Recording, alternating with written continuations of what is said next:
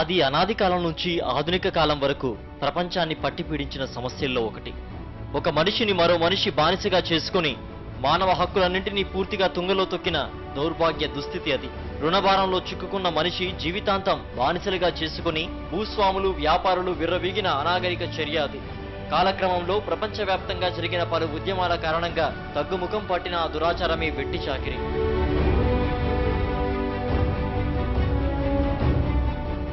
మన దేశంలో వెట్టి చాకిరీని 1976లో అధికారికంగా నిషేధించారు.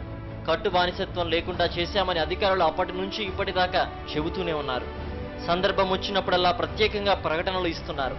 ఇలాంటి పరిస్థితుల్లో ఈ మోడ్రన్ యుగంలో అంతరిక్షంలో పాలపుంతల అంతు చూస్తున్న శాస్త్ర పరిశోధనల కాలంలో వెట్టి చాకిరీ లేదని మీరు అనుకుంటున్నారా?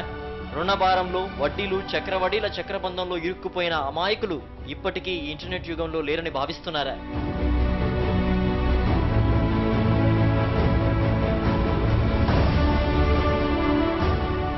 మహబూబ్నగర్ జిల్లా కొల్లాపూర్ మండలంలో కృష్ణానది ఒడ్డున అమరగిరి గ్రామంలో వెట్టి బారిన పడి గిలగిలా కొట్టుకుంటూ జీవిస్తున్న వారిని పలకరించండి. బాండెడ్ లేబర్ వికృత రూపం మీకు కనిపిస్తుంది. వారి ఆవేదన భరిత జీవనయానమే నేటి బతుకు చిత్రం. ఈరోజు మనము మహబూబ్నగర్ జిల్లాలో ఉన్నాము. ఇంకా చెప్పుకోవాలంటే కొల్లాపూర్ మండలంలో ఉన్న ఎల్లూరు గ్రామ పంచాయతీకి సంబంధించిన అమరగిరి గ్రామంలో ఉన్నాము. ఈ అమరగిరి గ్రామంలో ఎక్కువ శాతం చెంచులే ఉంటారు. వాళ్ళందరూ కూడా ఈ కృష్ణానది ఒడ్డున చేపలు పట్టుకుంటూ వాళ్ళు జీవనం కొనసాగిస్తుంటారు. వారిపైన ఈ వారం మన బతుకు చిత్రం.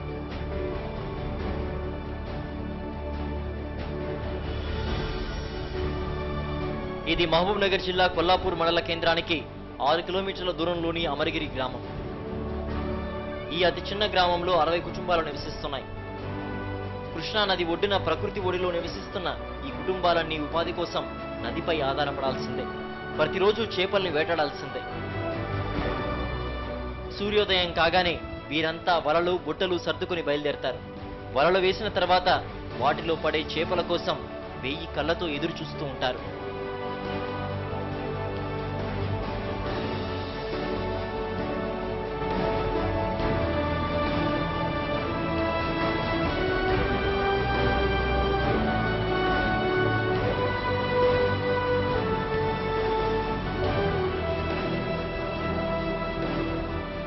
అమరగిరి గిరిజన మత్స్యకారులను ప్రతిరోజు 2 ప్రధాన సమస్యలు నిరంతరం వెంటాడుతూనే ఉంటాయి. 1 ఉపాధి, 2 అప్పులు. ఉపాధి పొందడం ఎలాగా? అప్పులు తీర్చడం ఎప్పటికీ సాధ్యమవుతుంది? ఈ 2 సమస్యలు వీరి కంటి మీద కునుకు లేకుండా చేస్తున్నాయి. గతంలో వలల కోసం చేసిన అప్పులు వీరిని కలలో కూడా వదలడం లేదు. 2009కి ముందు వీరు ఈ అమరగిరికి 30 కిలోమీటర్ల దూరంలోని గుండ్లపెంట గ్రామంలో జీవించేవారు. 2009లో వచ్చిన వరదల్లో సమస్తం కోల్పోయారు. ప్రభుత్వం కేర్ స్వచ్ఛంద సంస్థ సాయం చేయడంతో వీరికి అమరగిరిలో నివాస గృహాలు శాంక్షన్ అయ్యాయి. అయితే వరదల తర్వాత ఇంటి సమస్య తీరింది, కానీ వీరి అప్పులు మాత్రం నానాటికి అధికమవుతూ వీరు ఎక్కడికి పోయినా అక్కడకు వస్తూనే ఉన్నాయి. ప్రతి ఏడాది ఇవి పెరుగుతూనే ఉన్నాయి తప్ప తరగడం లేదు. ఒక పక్క పెరుగుతున్న అప్పులు, మరో పక్క తగ్గిపోతున్న కృష్ణానది నీటి మట్టం, తగ్గిపోతున్న మత్స్య సంపద. ఒక కుటుంబంలో భార్యాభర్తలిద్దరూ ప్రతిరోజు చేపల్ని వేటాడినా సరే వీరి ఆర్థిక సమస్యలు తీరడం లేదు.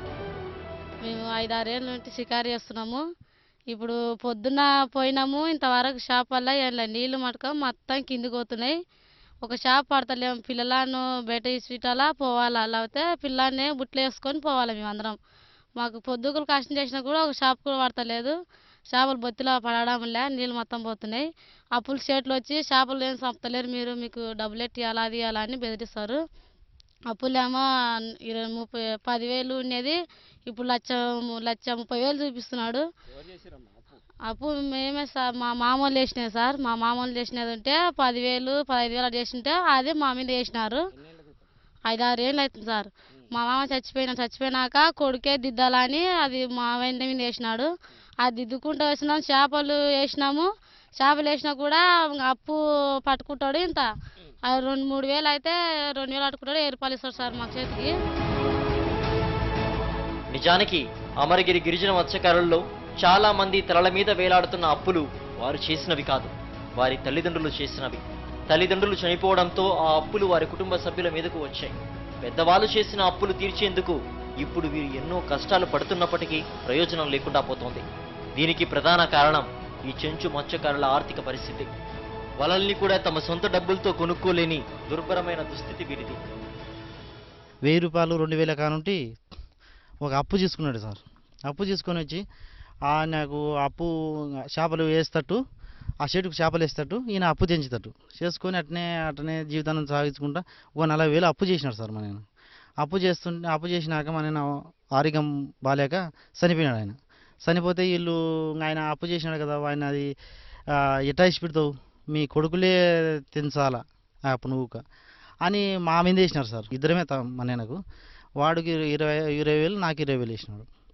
వేస్తే నాకు ఇప్పుడు వలలు సంవత్సరంలోన ఒక 15 సంవత్సరాలు 20 సంవత్సరాల్లోన సంవత్సరానికి ఇంత మాకైతే డబ్బులు ఏమి ఇయ్యరు సార్ వాళ్ళు. కాకపోతే వలలే ఇప్పిస్తుంటారు సంవత్సరం.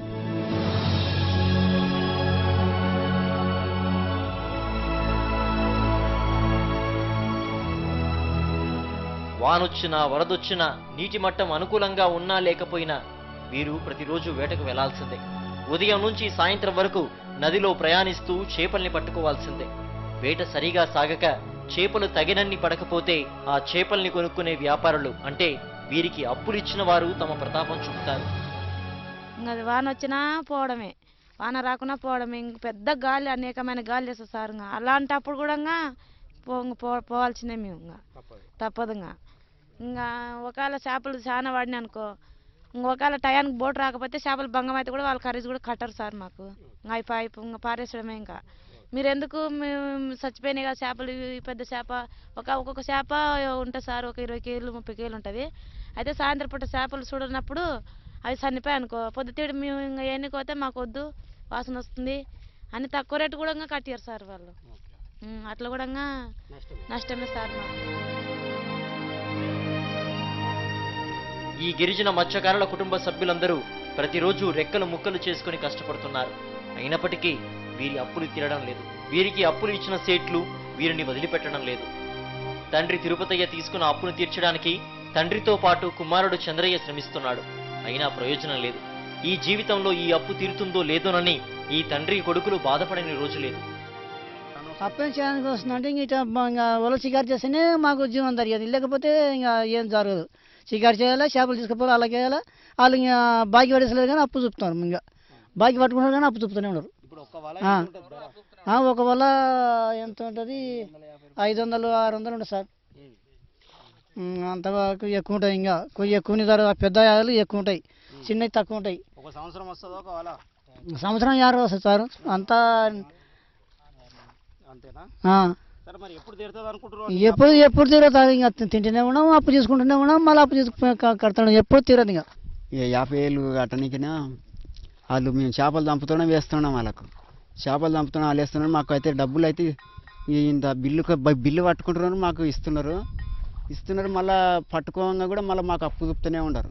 ఏడాది మాకు చదువు రాదు కదా సార్, మాకు చదువు రాదు, ఏం రాదు. కాబట్టి వాళ్ళు ఇచ్చినంత మేము చేత పట్టుకుంటున్నాం, మేము తీసుకుంటున్నాం.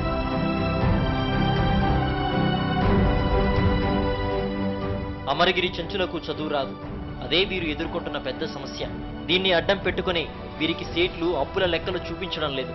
వారి ఆగడాలు పెరుగుతూనే ఉన్నాయి తప్ప తగ్గడం లేదు. ఈ చెంచు మత్స్యకారుల్ని జలగల్లా పట్టుకుని పీకు తింటూనే ఉన్నారు. అప్పు కట్టమంటూ నానా లెక్కలు చెప్పి ఈ చెంచుల్ని ఇక్కడి సేట్లు తీవ్రంగా కొట్టిన సందర్భాలు అనేకం. వచ్చే మేకలు అది నా మేకలు నమ్ముకుంటే వచ్చి అప్పు కట్టాలరా, అది కట్టాలరా అని బరువు తీసుకొని కొట్టినాడు కాల కొట్టి.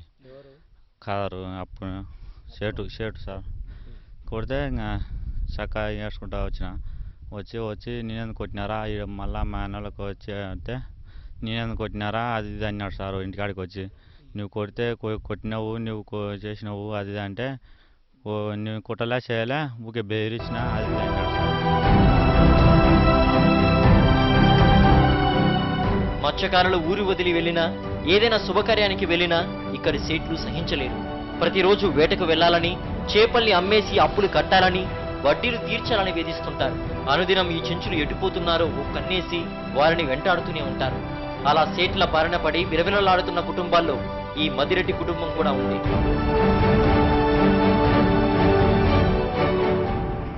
ఏమైనా చేపలు పడినా లేదా పొద్దున పోయినా మళ్ళీ ఏం తీసుకురాకుండా వస్తారు.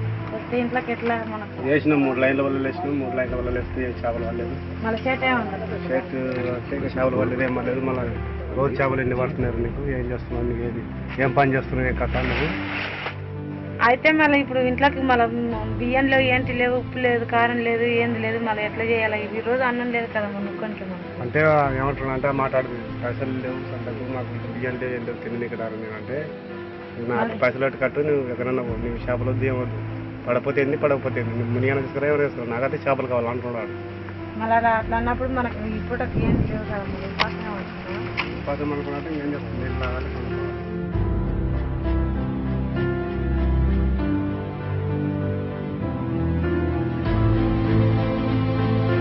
ఇక్కడనే ఇంకా దేశాలు పోతే యాప్లు తీరవు చేయమని చెప్పి ఇక్కడనే మన అమరగిరి ఊళ్ళోనే ఉండి, నా సొంత ఊరేది, ఇక్కడనే ఉండి ఇక్కడనే చేపల షికారు ఆయనకు షేట్గా ఉండి ఆయన్నే షికారు చేసుకుంటే ఇక్కడనే ఇంకా ఆయనకే చేపలు వేసుకుంటా. అప్పటి నుండి ఇక్కడనే 5 ఏళ్ళు నేను వచ్చి ఇక్కడ ఈ సంవత్సరంతో 6 ఏళ్ళు అవుతుంది. అంతకుముందు కూడా ఉన్నది అప్పటి నుండి కూడా, కానీ అది పాత అప్పు ఈ అప్పు ఎక్కువ ఇప్పుడు ₹1,00,000 అప్పు అవుతున్నది. అయిన తర్వాత వాళ్ళు కూడా మన సంతలు కూడా కలిసి నువ్వు డబ్బులు కట్టు, నువ్వు అక్కడంటే అక్కడ తిరుగుతున్నావు, నువ్వు బయట తిరుగుతున్నావు, షికారు చేయలేవు దండుగా నువ్వు వేస్ట్ పనికి రావని చెప్పి వాడు చాలా బాధలు పెట్టినావు సార్ వాడు. అయిన తర్వాత నేను డబ్బులు మా షెట్ చిన్న సార్ పక్కన రాజు అని, అంటే తండ్రి అడిగాడు బాగా, కొడుకు ఎక్కువ ఇప్పుడు షికారు చేదురా అది చేదురా అని ఇబ్బంది పెడుతుంది సార్.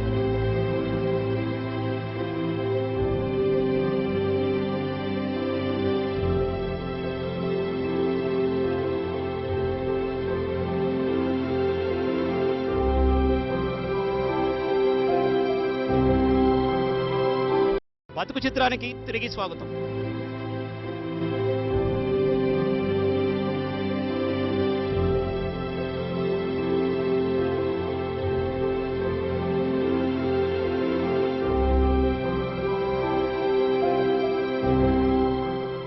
అమరగిరి వడ్డీ వ్యాపారుల చేతుల్లో ఇక్కడి గిరిజన మత్స్యకారులు పడుతున్న బాధలు అన్నీ ఇన్ని కావు. ఇక్కడి సేట్లు నానా కారణాలు చూపి చెంచుల్ని అనేక కష్టాలకు గురిచేస్తున్నారు. సేట్ల చేతుల్లో ఒక గిరిజనుడు ప్రాణాలు కోల్పోయాడంటే వీరి అకృత్యాలు ఏ స్థాయిలో ఉన్నాయో అర్థం చేసుకోవచ్చు. వీరికి అప్పు ఇచ్చే సేట్లు వీరి చేత కేవలం చేపల వేటనే కాదు, వేరే పనులు కూడా చేయించారు. అలా చేసే క్రమంలో మసన్న అనే చెంచు ఈ వ్యాపారుల పొలాల్లో దొంగతనం చేశాడని ఆరోపించి కొట్టారు. దాంతో మసన్న తీవ్ర గాయాలతో హాస్పిటల్లో చేరినప్పటికీ ఫలితం లేకుండా పోయింది. గాయాల కారణంగా తిరిగి రాని లోకాలకు వెళ్లిపోయాడు. ఈ కేసులో ఒక వడ్డీ వ్యాపారికి శిక్ష పడి జైలు పాలయ్యాడు. మళ్ళీ కొట్టిపోయినాక దవాఖానాకి వేసుకుపోయి చూపించినారు. బాగానే ఆ రోజు అంతా బాగానే ఉన్నాడు. మళ్ళీ రోజు చనిపోయే ముందర పొలాన్ని మనుషులు ఇట్లా కొట్టిన రమ్మ నన్ను ఇట్లా చేసినారు, లేకపోతే బాధ పెట్టించినారు అని చెప్పి చనిపోయినారు. ఇన్ని కష్టాలు పడుతూ దినదిన గండం నూరేళ్ల ఆయుష్ అన్నట్టుగా బతుకుతున్న చెంచు మత్స్యకారులను ఆదుకునేవారు ఎవరూ లేరా అంటే ఎందుకు లేరు, వాళ్ళు కూడా ఉన్నారు. స్వచ్ఛంద సేవా సంస్థ ఆదివాసీ సాలిడారిటీ కౌన్సిల్ వీరి సమస్యలను పరిష్కరించడానికి ముందుకొచ్చింది. వీరి కష్టాలను ప్రభుత్వం దృష్టికి తీసుకెళ్లింది. దాంతో అధికారులలో చలనం వచ్చింది. ఈ ఏడాది ప్రారంభంలో నాగర్ కర్నూలు ఆర్టీఓ చేతుల మీదుగా వీరు వెట్టి చాకరీ నుంచి విముక్తులైనట్టు సర్టిఫికెట్ పొందారు. ఇక వీరికి ఈ వెట్టితో ఎలాంటి సంబంధము లేదని అధికారులు ప్రకటించారు.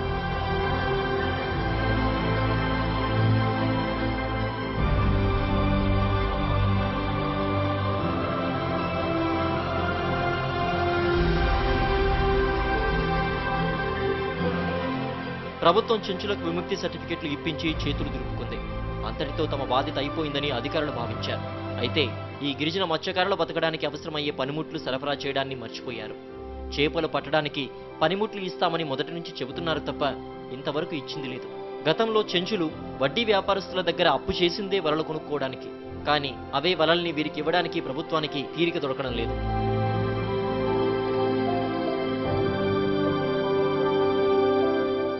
ఆర్డీఓ సారు మన పిఓ సారు వాళ్ళందరూ వచ్చేసి మాకు ఏం చెప్పారంటే వలలు ఇప్పిస్తాం, మీకు బుట్లు ఇప్పిస్తాం, తర్వాత బోట్ను కూడా ఇప్పిస్తామని మాట్లాడడం జరిగింది. ఇక్కడ మాకు ఇప్పుడు దాదాపు అంటే ఇప్పుడు ఎంత వస్తే 20 నెలల షికారు అనేది బ్యాక్ వాటర్ మాకు తీసుకుపోయి ఒక నెల అవుతుంది. మాకు వలలు నెట్లు అవి బుట్లు కూడా ఇప్పిస్తామని మనకు ఇప్పుడు ఇప్పిస్తామని చెప్పినారు. అక్కడ నుండి మళ్ళీ ఏడి చేప మత్స్య చేప నుండి కూడా వాళ్ళు కూడా సాయం చేసి బుట్లు, మీకు వలలు, బోటు, మీరు వ్యాపారం చేసుకోవడానికి మార్కెట్కు ఏర్పాటు చేస్తామని చెప్పారు. ఇవల్ల మాకు చెప్పి మాకు ఏమి ఇప్పించడం జరగడం లేదు. ఏం పనులు అయితే చేసడం లేదు. ఐడిడి అంటే మాకు ఏ ఉపాధులు కల్పిస్తలేరు. వస్తున్నారు పోతున్నారు కానీ మాకేం మేకలకి ఇంత ముందుకు 3,000 కట్టించిండ్రు. మేకలు ఇస్తామన్నారు సరిగ్గా సంవత్సరం అవి కూడా రాలేదు. ఇంకా మాకు ఎటువంటి అయినది కూడా వస్తున్నారు కానీ మాకు పట్టించుకుంటలేరు. ఏదన్నా చేస్తామంటారు కానీ చేసేది ఏం లేదు. మాకు చెంచులను ఆదుకోవడానికి పథకాలు ఘనంగా ఉన్నాయి. ఆ పథకాల ప్రకారం వీరిలో కొందరికి అధికారులు సాగు భూమిని ఇచ్చారు, మరికొందరికి ఇవ్వలేదు. భూమిని పొందిన వారు ఆ భూమిలో వ్యవసాయం చేస్తున్నారా అంటే అది లేదు. అటవీ శాఖ నియమ నిబంధనల కారణంగా వారికి ఆ భాగ్యం దొరకడం లేదు. ఇక్కడ పచ్చార్ల కొంత ఉంటుంది, దాంట్లో ఒక 20 ఎకరాలు ఫారెస్ట్ వాళ్ళు పట్టాలు ఇచ్చి మళ్ళీ మా కరెంట్ తీసుకుపోయినారు. ఇంతవరకు అయితే మాకు పట్టాలు అయితే ఇవ్వలేదు. మేము 60 కుటుంబాలు 65 కుటుంబాలు మాది. మాకైతే పట్టాలు చూపించారు కానీ ఇంతవరకు అయితే మాకు ఇవ్వలేదు. లేవు 20 కుటుంబాలకు ఉన్నాయి భూములాడ. ఇంకొంతమందికి అయితే లేవు ఆడ. అవి కూడా పట్టాలు లేవు. అవి ఏమంటే కూడా చేసుకోనికి పోతే కూడా రానియకున్నారు. ఉపాధి పని పెట్టుకొని కూడా చేయనిస్తలేరు వాళ్ళు ఫారెస్ట్. వెట్టి చాకరీ నుంచి విముక్తి లభించినట్టు వీరికి సర్టిఫికెట్లు వచ్చినప్పటికీ వీరి అప్పుల్ని ఇక్కడ వడ్డీ వ్యాపారులు రద్దు చేయలేదు. ఎలాగైనా సరే రుణాలు కట్టాలంటూ వారిని వేధిస్తూనే ఉన్నారు. వేరే ప్రాంతాల నుంచి మత్స్యకారులను తెచ్చి వారి చేత చేపల వేట పని చేయిస్తూ స్థానిక మత్స్యకారుల కడుపు కొడుతున్నారు. విముక్తి సర్టిఫికెట్లు తెచ్చుకున్నామనే కారణంగా మాపై కక్ష సాధింపు చర్యలకు పాల్పడుతున్నారంటూ అమరగిరి గిరిజన మత్స్యకారులు వాపోతున్నారు. మళ్ళీ ఇక్కడ నుండి ఆడికైనా షికారు చేస్తూనే ఉన్నాం. మళ్ళీ వజాకులను అక్కడ నుండి దొరికొస్తున్నారు, వలలు గుంజిస్తున్నారు, వాళ్ళు వీళ్ళు గుంజిస్తున్నారు, సన్న చేప కట్టి చంపుతున్నారు. వాళ్ళని చంపింది కాక మళ్ళీ మమ్మల్ని వలలేయమని చెప్తున్నారు. వలలేయమంటారు, అప్పులు కట్టమంటారు సార్.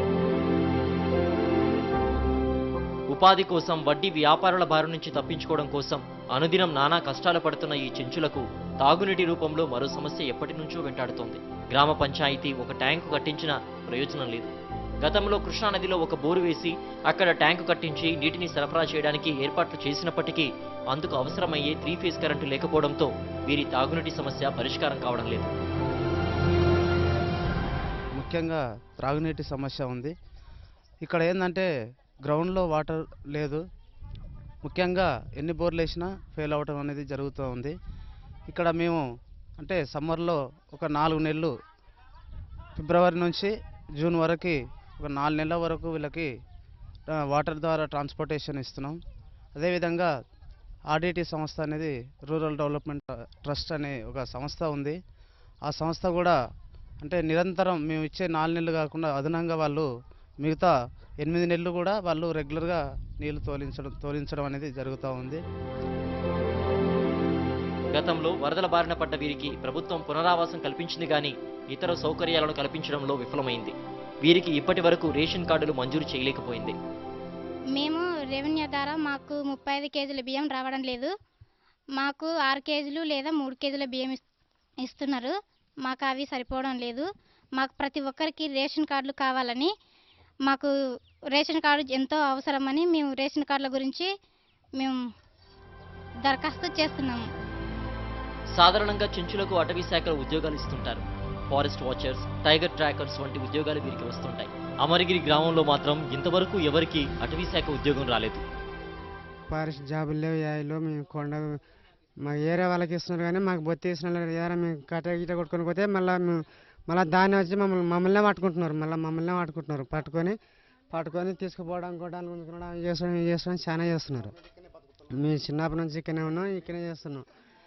మాకు జాబులు లేవు. యాయిలో మాకు జాబ్ ఏమైనా అడుగుతున్నాం. మేము 5-6 వరకు చదువుకుంటే మీరు మాకు బొత్తిగా జాబులు ఇవ్వకుండానే చేస్తున్నారు సార్. మాకు జాబులు వేస్తున్నారు బొత్తిగా. మాకు జాబులు రావాలి మా చెంచలకు. ఇక్కడ ఇలాగ పటాలు లేవు, ఇప్పుడు యాభై లేవు.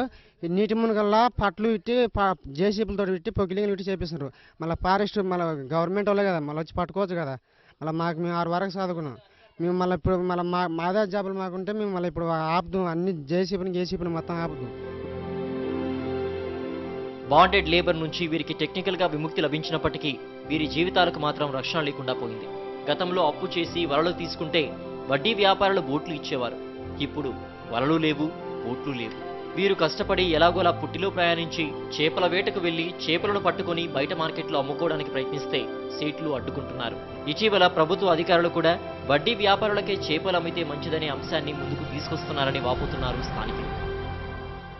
అంటే ఏటి పోటీ మేము దాదాపు అంటే మాకు చెంచుపెంటలు మట్టం ఏటి పోటీ ఉండే మాకు ఏములపై వరకు ఇక్కడ మాకే కావాలి, చెంచులకే కావాలని మీకు ఒక హక్కు మీద మీకు సారాల దగ్గర కూడా ఇప్పుడు సారాలు వచ్చి కూడా మనకు అవకాశం ఇచ్చి మనకి ఏం మాట్లాడిందంటే సారాలు మొత్తం మన ఆ సారాలు కొల్లాపురం నుండి మన హైదరాబాద్ నుండి సారాలు ఇచ్చారు. ఆ సారాలు ఏం చెప్పారంటే మనకు ఇక్కడ అప్పులు ఎంత ఉన్నాయని ఫస్ట్లో అనడం జరిగింది. ఆ అప్పుల గురించి మొత్తం ఎంక్వైరీ చేశారు. చేసి మనకు ఇక్కడ మీకు ఎక్కడ బతుకుతున్నారని మనకు ఎంక్వైరీ చేసి మనం ముందుకు నడిపించి వాళ్ళు ఏం చేశారు మాకు ఒక బ్యానేజ్ అంటే బ్యానేజ్ బతుకుతున్నామని మనకు ఆ అప్లికేషన్ ఇచ్చడం జరిగింది. దాని ప్రకారంగా మనకు అన్ని సౌకర్యంలో వాళ్ళు చేస్తే మన గవర్నమెంట్ కూడా వచ్చి మమ్మల్ని పట్టించుకుంటామని వాళ్ళు పట్టించుకోవడానికి ముందు వచ్చి మళ్ళీ ఏమనుకున్నారో మమ్మల్ని ఇప్పుడు ఎందుకు చేస్తున్నారంటే మమ్మల్ని డాన్లా అంటే ఇప్పుడు అంతా వాళ్ళకే అవకాశం అని గవర్నమెంట్ ద్వారా మళ్ళీ వాళ్ళకే మారుతున్నారు సార్ మమ్మల్ని.